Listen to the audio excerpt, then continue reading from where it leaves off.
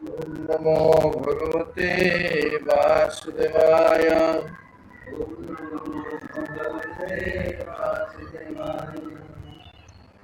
हरे कृष्ण।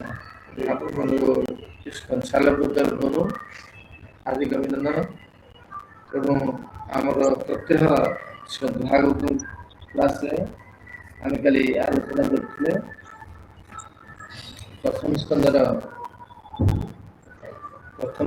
ଦ୍ୱିତୀୟ ଅଧ୍ୟାୟ ଶ୍ଲୋକ 18 ତାର ହେଉଛି ନଷ୍ଟପ୍ରାୟ ସୌଭଦ୍ରେଷୁ ନିତ୍ୟଂ ଭାଗବତ ସେୟା ଭଗବତୀ ଉତ୍ତମ ଶ୍ଲୋକେ ଭକ୍ତି ଏବଂ ନିତ୍ୟ ଭାଗବତ ଶ୍ରବଣ କଲେ ଆପଣମାନଙ୍କ ହୃଦୟରେ ଥିବା ନିତ୍ୟ ଭାଗବତ ସେବା କଲେ ବା ଭକ୍ତ ସଙ୍ଗ କଲେ ହୃଦୟରେ ଥିବା ମହିଳା ଯେଉଁ କାମ କ୍ରୋଧ ଲୋଭ ମଦ ମାତ୍ସର୍ଯ୍ୟ ବା ଅନର୍ଥ ସବୁ ଧୀରେ ଧୀରେ ଚାଲିଯିବ। ସେଗୁଡ଼ିକ ହେଲା ଅନର୍ଥ ଗୁଡ଼ିକ କ'ଣ ହେଲା କାମ କ୍ରୋଧ ଲୋଭ ମଦ ମାତ୍ସର୍ଯ୍ୟ ଅସସ୍ତୃଷ୍ଣା ହୃଦୟ ଦୁର୍ବଳ ବିଷମ ଅପରାଧ ଏବଂ ତତ୍ତ୍ୱ ଏସବୁ ବାରମ୍ବାର ଚାଲିଯିବ। ଏହାଫଳରେ କ'ଣ ନା ନୈଷ୍ଠି ଭକ୍ତିରେ ଭଗବତୀ ନୈଷ୍ଠିକି ନିଷ୍ଠା ଭକ୍ତି ବା ନିଷ୍ଠା ସ୍ତରରେ ଆସି କ'ଣ ଅନର୍ଥ ନିବୃତ୍ତି ହେବ ନିଷ୍ଠା ସ୍ତରକୁ ଆପଣ ଆସିବେ। ନିଷ୍ଠାରେ କ'ଣ ସ୍ପିଡନେସ୍ ନିଷ୍ଠା ଆସିଯିବ। ଭକ୍ତି ନିଷ୍ଠା ଭଜନରେ ନିଷ୍ଠା ହୋଇଗଲା ନା ଆମର ନିଷ୍ଠା ଇତ୍ୟାଦି ମଙ୍ଗଳ ଆଦାୟ ଆସ୍ତେ ଆସ୍ତେ ମଙ୍ଗଳ ଉଦୟ ହେଇଗଲା ଏବଂ ସେପର୍ଯ୍ୟନ୍ତ ମଙ୍ଗଳ ଉଦୟ ହେଇନି ଯେପର୍ଯ୍ୟନ୍ତ ନିଷ୍ଠା ଜାଗ୍ରତ ହେଇନି। ନିଷ୍ଠା ମାନେ ଭଜନ ଯେକୌଣସି ପରିସ୍ଥିତିରେ ଭଜନ କରିବୁ। ତେଣୁ ଏଇଭଳି ଭାବରେ ଆମେ କ'ଣ କରିଥିଲେ ନା ଷ୍ଟେପ୍ସ ଅଫ୍ ଭକ୍ତିରେ ପଢ଼ି ଚାଲିଥିଲେ ଆଉ ବର୍ତ୍ତମାନ ଆମେ ଆରମ୍ଭ କରିବା ତାର ଭାବାର୍ଥ ପଢ଼ା ହେଇନି କାଲି। ଯାହା ସବୁ ଭଗବତ ପ୍ରାପ୍ତି ମାର୍ଗରେ ପ୍ରତିବନ୍ଧକ ବୋଲି ବିବେଚିତ ହୁଏ ଅର୍ଥାତ୍ ହୃଦୟରେ ଯେଉଁ ସବୁ ଅଶୁଭ ପ୍ରକୃତିର ପ୍ରକୃତି ଅଛି ସେସବୁକୁ ସମ୍ପୂର୍ଣ୍ଣ କିପରି ନିର୍ମୂଳ ହୋଇଯିବ ତାର ଏକ ପନ୍ଥା ଏଠାରେ ନିର୍ଦ୍ଦେଶ କରାଯାଇଛି। ଦେଖନ୍ତୁ ପ୍ରପାତ କେତେ କେତେ ସୁନ୍ଦର ଭାବରେ କହୁଛନ୍ତି ମାନେ ଏଇ ଶୋକର ତେଲିଂ ରହୁଛନ୍ତି କେମିତି ଏଠି ଗୋଟେ ସୁନ୍ଦର ପନ୍ଥା ଦିଆଯାଇଛି କ'ଣ ଏପରି ହୃଦୟରୁ କ'ଣ ନିର୍ମୂଳ ହବ କ'ଣ ନା ଅଶୁଭ ଜିନିଷ କ'ଣ ପୂଜା ପ୍ରତିଷ୍ଠା କାମ କ୍ରୋଧ ଲୋଭ ପୂଜା ପ୍ରତିଷ୍ଠା ଇତ୍ୟାଦି ଆଉ ଏସବୁ ପୂଜା ପ୍ରତିଷ୍ଠା ହେଉଛି ଗୋଟେ ଅଶୁଭ ଜିନିଷ। ପୂଜା ପ୍ରତିଷ୍ଠା ଯାହାର ବଢ଼େ ସେ ଲୋକ ବହୁତ ହଇରାଣ କ'ଣ ହୁଏ ଭକ୍ତିରେ କେମିତି ଅଗ୍ରଗତି କରିପାରିବ। ପ୍ରତିଷ୍ଠା ବାଘିନୀ ଆଉ ବାଘିନୀ ଯେମିତି କ'ଣ ରକ୍ତ ଯୋଶୀ ନିଏ ସେମିତି ପ୍ରତିଷ୍ଠା ମଧ୍ୟ ରହିଲା ମନରେ ତାର ସେ କ'ଣ ଭକ୍ତି ଭକ୍ତ ହୃଦୟରେ ସେ ଭକ୍ତ ରକ୍ତ ପାଣି ଦେଇଥିବ ସେ ଶୁଷ୍କ ଦିଏ। ପ୍ରତିଷ୍ଠା ଆଶା ଜଡ଼ ତରୁ ପ୍ରତିଷ୍ଠା ଆଶା ଜଡ଼ ବିଦ୍ୟା ବନା ହେଇଛି। ତେଣୁ ଏ ଦ୍ୱାରା କ'ଣ ବେଶୀ ଅଧିକ ଧାରଣା ଶାରୀରିକ ଧାରଣା ଜାଗ୍ରତ ହୁଏ। ସେଥିପାଇଁ କୁହାଯାଇଛି ଏତେ ଦୂରେଇକି ରୁହ। ପ୍ରତିଷ୍ଠା ଶୁକରି ବିଷ୍ଠା କେହି ଖାଆନ୍ତି ଶୁକରି ବିଷ୍ଠା ଖାଆନ୍ତି ଧରେ କୃଷ୍ଣ ଶୁକରି ବି ତ କେହି ଖାଆନ୍ତିନି। ପ୍ରତିଷ୍ଠା ମାନେ ଶୁକରି ବିଷ୍ଠା ଯେ ଶୁକରି ପ୍ରତିଷ୍ଠା ଯାହା ପାଖରେ ପ୍ରକାଶ ପାଇଛି ମୁଁ ଆମକୁ ମୋ ସମୟରେ ଜାଣିବ ସେ ଶୁକର ବିଷ୍ଠା ଖାଉଛି ଶୁକରି ବିଷ୍ଠା ଥିଲା ସେ କିଛି ଖାଉନି ମାନେ ଏତେ ନିକୃଷ୍ଟ ସେ ଲୋକ ଶୁକରି ବିଷ୍ଠା ପ୍ରତିଷ୍ଠା ଶୁକରି ବିଷ୍ଠା। ଏଇଭଳି ଭାବରେ ପ୍ରତିଷ୍ଠା ଗୋଟେ ଜିନିଷ ମୁଁ ସବୁ ତ୍ୟାଗ କରି ବଡ଼ ଘରକୁ ମୁଁ ସବୁ ତ୍ୟାଗ କରିଦେଇଛି ସନ୍ନ୍ୟାସୀ ଯାଇଛି ସେ ଗୋଟେ ପ୍ରତିଷ୍ଠା। ଏତେ ଦୂରେଇ ରହିବା ଦରକାର ହରି ହବନ ହବନି ହରି ପ୍ରକାଶ ଲାଭ କରିପାରିବେନି। ସେ ପନ୍ଥାଟି ହେଉଛି ଭଗବତ ସଙ୍ଗ। ସେ ପନ୍ଥାଟା କ'ଣ ନା କିପରି ନିର୍ମୂଳ ହବ ନା ଭଗବତ ସଙ୍ଗ ସାଧୁ ସଙ୍ଗ। ତେଣୁ ଦୁଇ ପ୍ରକାର ଭାଗବତ ଅଛନ୍ତି ଗୋଟିଏ ହେଉଛନ୍ତି ଗ୍ରନ୍ଥ ଭାଗବତ ଓ ଅନ୍ୟଟି ହେଉଛନ୍ତି ଭକ୍ତ ଭାଗବତ। ଉଭୟ ପୂର୍ଣ୍ଣ ଏବଂ ଉଚିତ ଉପଚାର ଅଟନ୍ତି। ଉଭୟ କିମ୍ବା ଦୁଇଟିକୁ ଗୋଟିଏ ବାଧା ଦୁଇଟିରୁ ଗୋଟିଏ ବାଧାନିବୃତ୍ତି ନିମିତ୍ତ ପର୍ଯ୍ୟାପ୍ତ ଅଟନ୍ତି।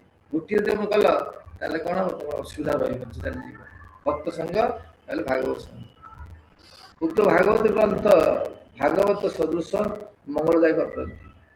ଭଗବାନ ସଦୃଶ ମଙ୍ଗଳଦାୟକ ଅଟନ୍ତି କାରଣ ଭକ୍ତ ଭାଗବତ ଗ୍ରନ୍ଥ ଭାଗବତ ନିର୍ଦ୍ଦେଶ ଅନୁଯାୟୀ ଜୀବନଯାପନ କରନ୍ତି। କାହିଁକି ନା କହୁଛନ୍ତି ଭକ୍ତ ଭାଗବତ ଗ୍ରନ୍ଥ ସଦୃଶ ମଙ୍ଗଳଦାୟକ ଉଭୟ ହେଉଛନ୍ତି କ'ଣ କାରଣ ଭକ୍ତ ଭାଗବତ ଗ୍ରନ୍ଥ ଭାଗବତ ନିର୍ଦ୍ଦେଶ ଦେଇ ଜୀବନ ଯାପନ କରିଛନ୍ତି।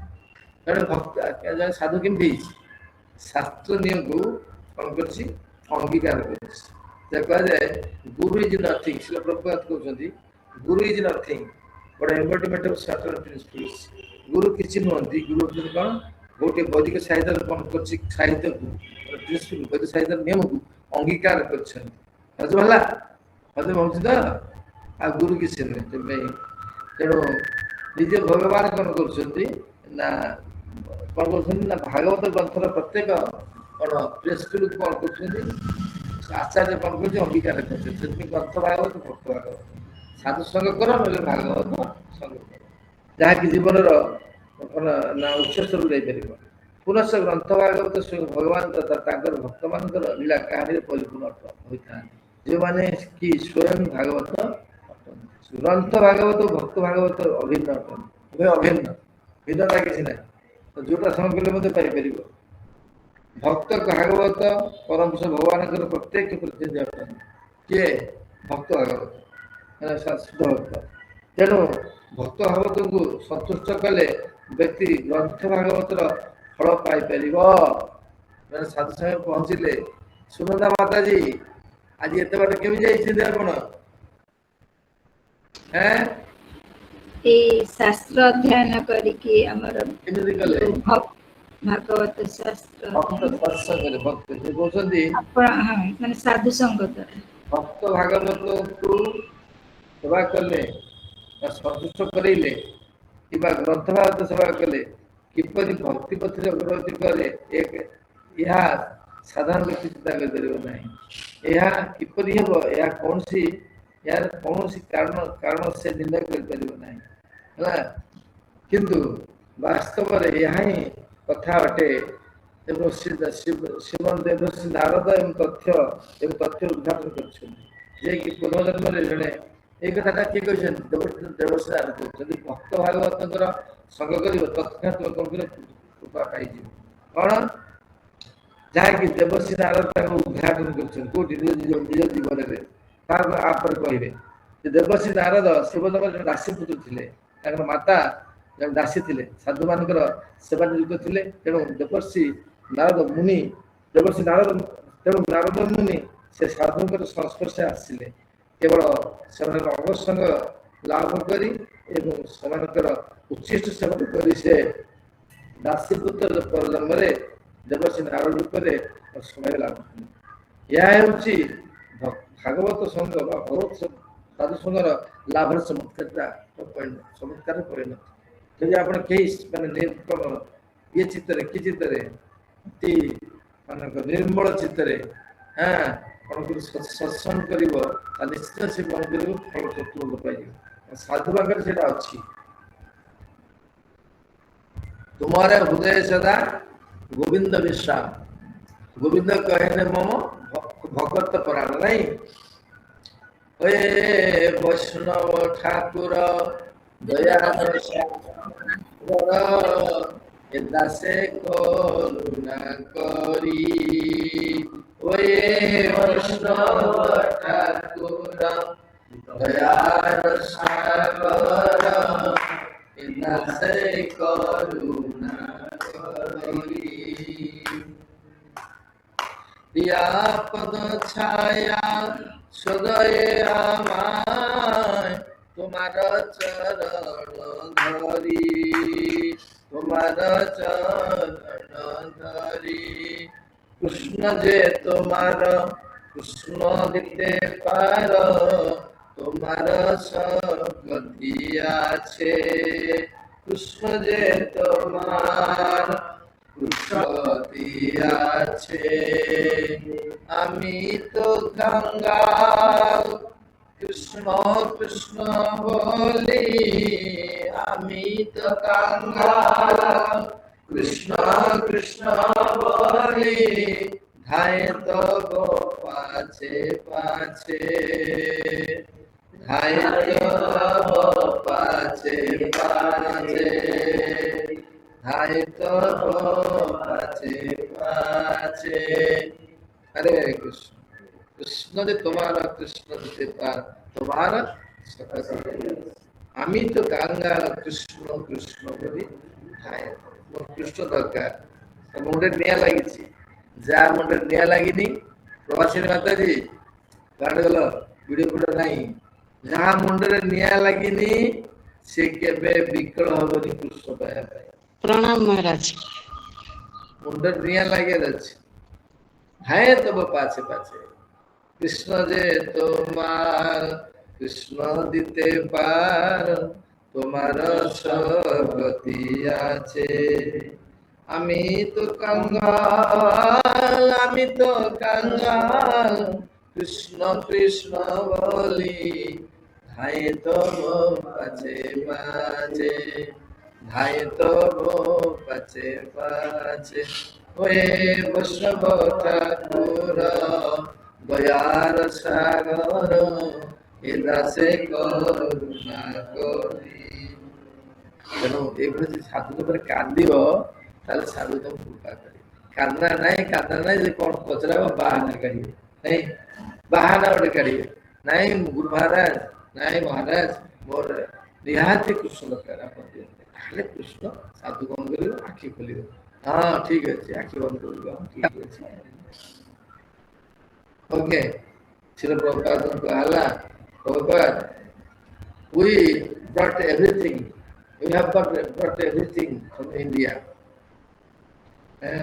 प्रभुपाद कहले हाँ तो सब नहीं आई इंडिया ब्रिटिश लंदन रे किंतु जहाँ छाड़ी आसलो मैं तुम दबा में आई कौन कौन छाड़ी आसलो भगवत गीता ज्ञान छाड़ी आसलो मैं दबा में आई एदा आखिला ना देवी तुम नहीं की जीवित ତେଣୁ ଏଭଳି କାନ୍ଦିଲେ ହବ କାହିଁକି ନା ଆମର ସାଧାରଣତଃ କଣ ହେଇଛି ଆମର ଏଇ କ୍ରନ୍ଦନ ହେଇନି ଆମର କ୍ରନ୍ଦନ ହେଇନି କଣ ହେଇଛି ଆମର ସମସ୍ୟା ଆମର ଫିର ବି ତ ପୁଣି ବି ମଧ୍ୟ ଆମର କଣ ଅଛି ଆସକ୍ତି ଅଛି କୁଆଡେ ଘର ମୋର ସବୁ ମୋର ହେଲେ ବାହାନା ପ୍ରକୃତରେ ସାଧୁ ପାଖରେ କ୍ରନ୍ଦନ କରିବ ସାଧୁ କ୍ରନ୍ଦନ କଲେ କଣ ହବ ନା कौन से कृपा करे आउ कथा कह जाइछि भागवतरे तुलयाम लाभ लभे नामपि ना स्वर्गं ना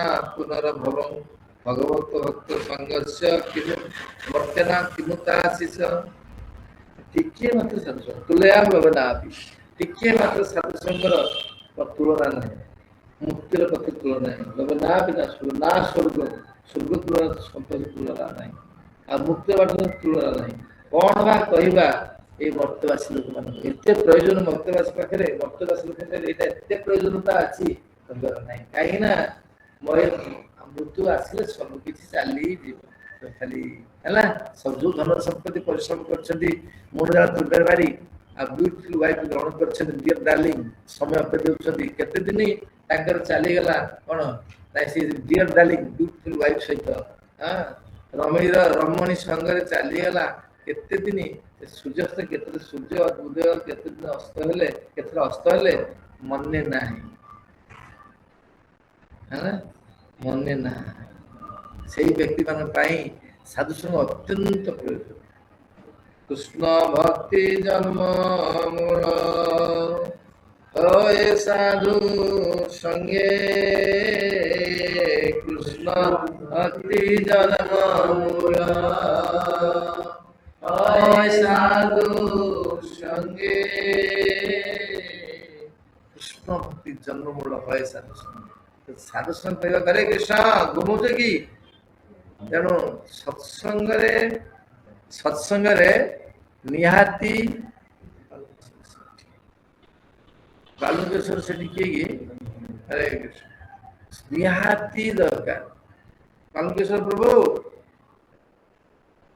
ये मोह लेखा तेणु ये भाव जे भक्त भागवत समर्पण करछि लाभ करछि भक्त भागवत से भक्त भागवत नहीं ग्रंथ भागवत से ग्रंथ भागवत रे कौन अग्रगति कर भक्त तर कौन करे परिचालन करे नहीं यार प्रमाण होछि हमर के सुनंदा माता जने प्रोफेसर ड्यूटी एंड ऑब्लिगेशन कर्तव्य कर्म रे से एते व्यस्त हो पड़िले ତାଙ୍କର ପ୍ରଭୁଜୀ ଚାଲିଗଲେ, ପିଲା ଛୋଟ ଛୋଟ ଥିଲେ, ଚାଲିଲା ପରେ ଦୀକ୍ଷିତ ହେଇଗଲେ ମଧ୍ୟ ସେ କଣ କରୁଥିଲେ ଭାତ ଅଭ୍ୟାସ କରୁଛନ୍ତି, କଷ୍ଟ ହଉଥିଲା। ଦିନେ କହିଲେ କ୍ଲାସରେ କହିଲେ ମୁଁ ବଡ଼ ଦୁଃଖିତ, ଡ୍ୟୁଟି ବୋଲି ସଂସାର ମାନେ ସଂସାରର ଚାପରେ ମୁଁ କିଛି କରିପାରିଲିନି, ଖାଲି ଦୀକ୍ଷା ନେଇଯାଇଛି ନା ଆଣିପାରିଲିନି।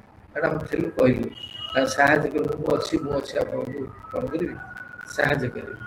ସେ ତାଙ୍କୁ ମୋ କଣ୍ଟାକ୍ଟରେ ଆସିଲେ, ତାଙ୍କ ଭାଗବତରେ ପ୍ରବେଶ କରିଲେଣି କେତେ ବାଟ, ବହୁତ କିଛି ଜାଣିଗଲେ। ତାଙ୍କୁ ସାହାଯ୍ୟ କଲେ କିଏ? ଆମ ସୁପ୍ରଭାତ। ତେଣୁ ଦେଖ ଟିକିଏ ସତ୍ସଙ୍ଗରେ ବସିଲା ପରେ କେତେ ଅଗ୍ରଗତି। ସତ୍ସଙ୍ଗ କରିବା ପାଇଁ ନାରାଜ ସମସ୍ତେ ବସିବେନି, ତେଣୁ ଚର୍ଚ୍ଚା କରିବେ, ଭିନ୍ନ ଭିନ୍ନ ଚର୍ଚ୍ଚା କରିବେ, ଥାର୍ଡ କ୍ଲାସ ଚର୍ଚ୍ଚା କରିବେ, ଅତି ନିମ୍ନମାନର ଚର୍ଚ୍ଚା କରିବେ, କିନ୍ତୁ ସତ୍ସଙ୍ଗରେ ବସିବେ।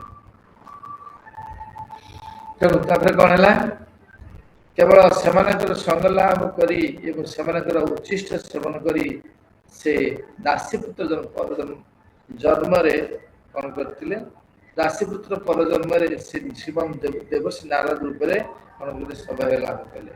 ଏହା ହେଉଛି ଭାଗବତ ସଂଘର ଲାଭର ଚମତ୍କାରିତ ପରିଣତି। ତେଣୁ ଏ ରହସ୍ୟକୁ ଭଲ ଭାବରେ ବୁଝିବାକୁ ହେଲେ ଏ କଥା ମନେ ରଖିବାକୁ ପଡ଼ିବ। ମହାଭାଗବତ ମାନଙ୍କର ନିଷ୍କପଟ ସଂଗ ଲାଭ କଲେ ବ୍ୟକ୍ତି ଯେ ନିଶ୍ଚିତ ଭାବରେ ଅତି ସହଜରେ ଦିବ୍ୟଜ୍ଞାନ ଲାଭ କରିପାରିଲେ, ଏଥିରେ କିଛି ସନ୍ଦେହ ନାହିଁ। ଏବଂ ସାଧୁସଂଗର ଫଳ ହେଉଛି ସେ ଭକ୍ତିଯୋଗ ମାର୍ଗରେ ସ୍ଥିର ହୋଇଯାଏ ନିଷ୍କପଟ ଭାବରେ। ଆମର ଗୋଟେ ପଢା ହଉଥିଲା ହିନ୍ଦୀରେ, ମୋର ମନେ ପଡୁଛି, निर्मल चित्त, हिंदी कविता, निर्मल चित्त सत्संग किसी को क्या नहीं बनाते हैं।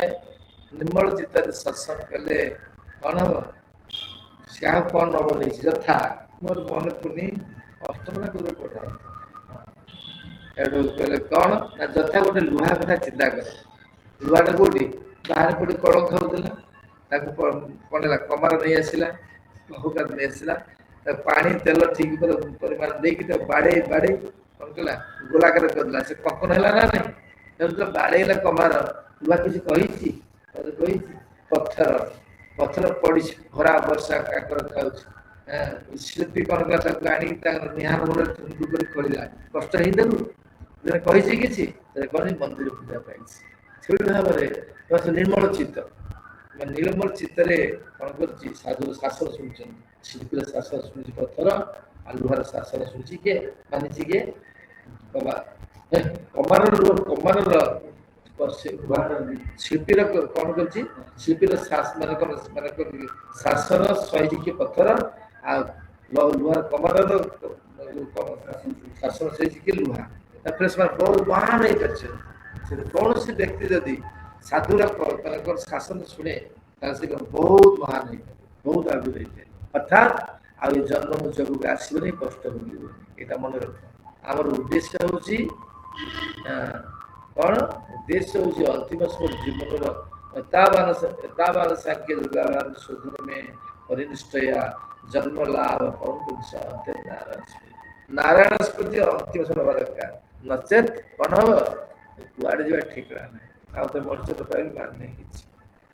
हाँ तेणु तापर कौन हम भक्ति माने कौन भक्ति स्थिर हो तेणु भगवान तेणु भागवत मान निर्देश भक्ति जोग अधिक अग्रगति हुए खाली मनु मान हमारी श्रुति श्रुति पुराण पंचरात्रि विधि ना ऐकांतिक हरे भक्ति उत्पाद मन मान कल हमानी तुम कार्य भक्ति संबंधी कार्यकलाप शास्त्रीय द्वारा प्रमाणित हो शास्त्र अनुमोदित हो देखा कौन हम उत्पाद कल्पते समय चली खाली उत्पाद उत्पाद ग्रंथ भागवत कथा भक्त ग्रंथ भागवत कथा भक्त भागवत श्रवण करवा उचित।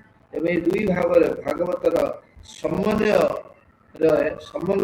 नूतन भक्तर भक्ति मार्ग प्रगति पथरे परम सहायक जीवन आहरी सहायक जमी बिना स्तनपान शिशु बची पारे ना माता स्तनपान सेमती नूतन भाव प्रवेश कर नित्यांत प्रयोजन। बर्तमान आम 18टा कंप्लीट कर 19 सुबुझा अच्छा ओके बेटा तदा रजस्तम भावः कामो लोभो दयाश्चते चेते तैर्यनादिधं चितं सत्त्वे प्रसिद्धति तदा रजस्तम भावः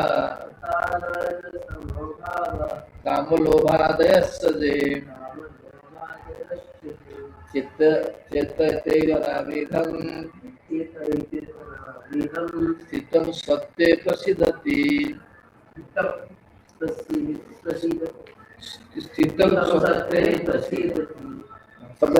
तदा से समय रे रजः रजगुण पढ़ू गए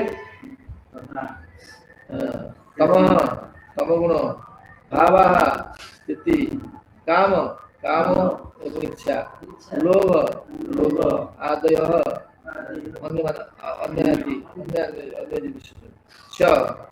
एवं जे जे सब से जहाँ सब होना कहीं चेत मन एते ही मन द्वारा अनादिदं प्रभावित न हुई स्थितं स्थिति सत्वे सत्वगुणे प्रसिद्धति एपरि भावरे पूर्ण संतुष्ट हो जाए अनुवाद जितेबले हृदय परममय जितेबले हृदय प्रेममय सेवा दृढ़ीभूत हो जाए सेतेबले हृदय रज तमगुण जात अज्ञानता कामना और लोभ दूरित हो जाए तत्पर भक्त सत्वगुण प्रतिष्ठित हो जाए सुख और आनंद तापर ये श्रवण कले भक्त भागवत नित्य भाव श्रवण कले नष्ट प्राय सब नित्य भाव श्रवण कले कौन हम धीरे धीरे अनर्थ गुड़ा चली महिला चली हृदय तदा रजस्तम भावा काम लोभ दया सजे चेत हेतैर अनाभिदं स्थितं सत्य प्रसिद्ध तेणु सेतेबेले हृदय कौन रज गुण जात भाव तम गुण जात भाव चली एवं काम कामना उपभोग कामना लोभ प्राप्तिर प्रबल इच्छा हाँ वस्तु प्रति आसक्ति प्रबल इच्छा लोभ सी भी चली चेत एतैर अनाभिदं आतर चित्त अनाभिद हेबनी स्थिति सत्य प्रसिद्ध माने सत्य गुण कौन लाभ करे सत्य संजायते ज्ञान सत्य गुण द्वारा ज्ञान प्राप्त हो सतत सत्य सत्य गुण संजायत ज्ञान ज्ञान उदय कौन जीव कृष्ण दास ए विश्वास पल्लेतार दुख नाई राधा कृष्ण बोल रे सवाय ए ज्ञान राधा कृष्ण बोलो संगे चलो यही मात्र शिक्षा चाहे राधा कृष्ण बोलो बोलो बोलो रे सवाय तापरे आगे मन रख तेणु माने सत्व स्तर को आसिले ज्ञान उदय हुए एवं ज्ञान उदय हेले कौन विष्णु सत्व जीव भक्ति कर ये होची यार माने कौन ये होची यार कौन प्रक्रिया तेणु ये होची ये स्वप्न दिया फिर से ये शिक्षा दिया स्वप्न दिया फिर से गौर नेता है राधा कृष्ण बोलो मायर बसे दस वैसे आप शिक्षा दिया सबन दिया फिर से नीचे गौर नेता है राधा कृष्ण बोल नीचे मायर बसे तो माने मायर भाषी जाउछो दया करके किसी आगु चल अरे आज एति कने आ पड़ी हो जे सादिल होता तापरे नै बुझे पड़िबो ना कृष्ण बोलबो जबे पुलक होबे झरबे आखि बोलिताय राधा कृष्ण बोल बोल बोल रे सबाय हां और ठीक अछि आज ए प्रश्न का मन अछि